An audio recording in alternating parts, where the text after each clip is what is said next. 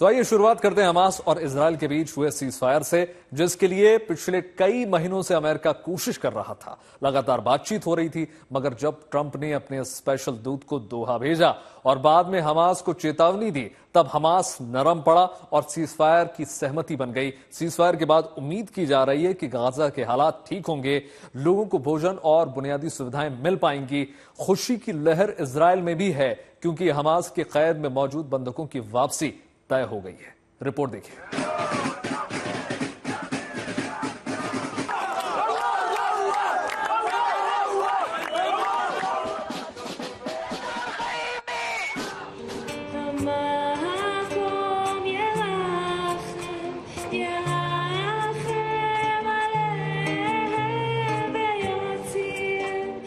चेहरों पर खुशी है, आंखों में खुशी के आंसू। और हो भी क्यों ना, लंबे इंतजार के बाद राहत की खबर मिली है। जंग के रुकने की खबर मिली है। अरसे बाद अपनों से मिलने की खबर मिली है।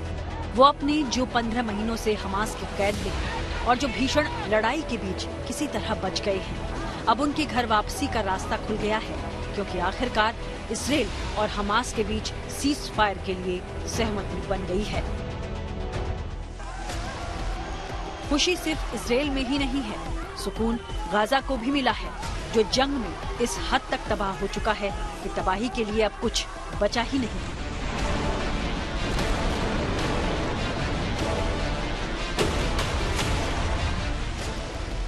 खंडहर में तब्दील हो चुके घर, मलबों में बदल गई रिहायशी बस्तियां, दाने दाने को तरसते लोग, कुपोषण की मार झेलते बच्चे। ये तस्वीरें भी गाजा की पूरी कहानी बयान नहीं करती।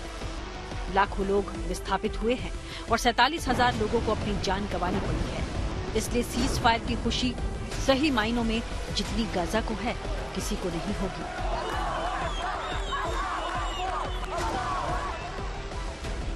पिछले कई महीनों से इजराइल और हमास के बीच युद्ध विराम के लिए बातचीत हो रही थी। आखिरकार मिस्र, कतर और खास तौर पर अमेरिका की कोशिश रंग लाई है। हमास की ओर से शेयर किए गए डॉक्यूमेंट के अनुसार ये सीज फायर 19 जनवरी से प्रभावी होगा। 42 दिनों का ये सीज फायर 3 चरणों में होगा। पहले चरण के तहत हमास 33 इजरायली बंधकों को रिहा करेगा, जबकि इजराइल भी फिलिस्तीनी बंधकों को रिहा करेगा। इस बात पर सहमति बनी है कि सीज फायर के पहले दिन 3 महिला इजरायली बंधकों को रिहा किया जाएगा। 7वें दिन हमास 4 और इजरायली बंधक रिहा करेगा। इस तरह हर 7 दिन पर बंधक रिहा किए जाएंगे। सीज फायर के छठे हफ्ते में हमास सभी बचे हुए बंधकों को रिहा कर देगा। इसके बदले में इजराइल अपनी जेलों में बंद फिलिस्तीन के 250 कैदियों को रिहा करेगा। जिन फिलिस्तीनी कैदियों को रिहा किया जाना है, उसकी लिस्ट हमास ने नेतन्याहू सरकार को सौंप दी है। समझौते के तहत इजरायली सेना गाजा की सीमा से 700 मीटर पीछे लौटेगी।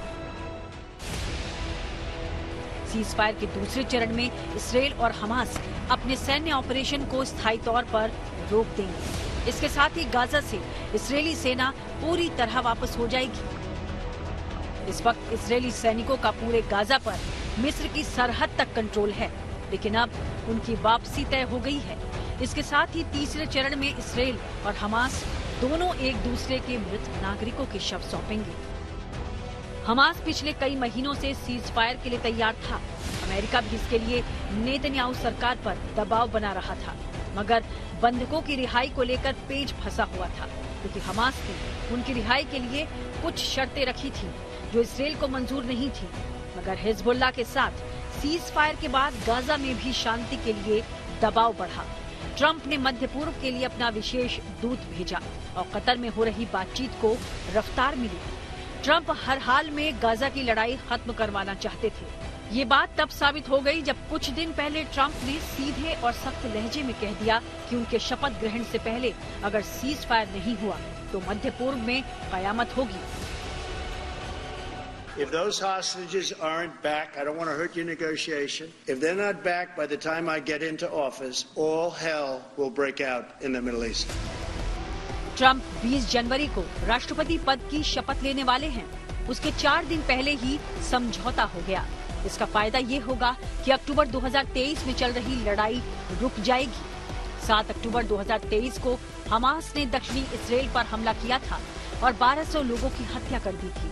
इसके साथ ही 250 से अधिक लोगों को बंधक बना लिया था।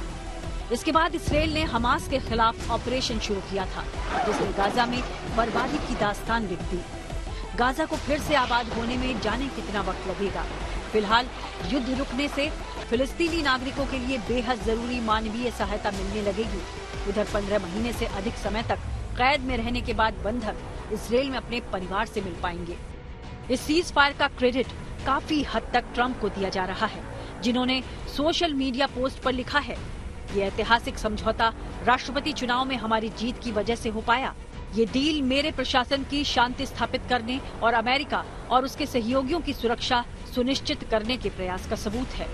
वहीं जो बाइडेन ने भी व्हाइट हाउस से अपने आखिरी भाषण में सीज फायर को अपनी उपलब्धि बताया।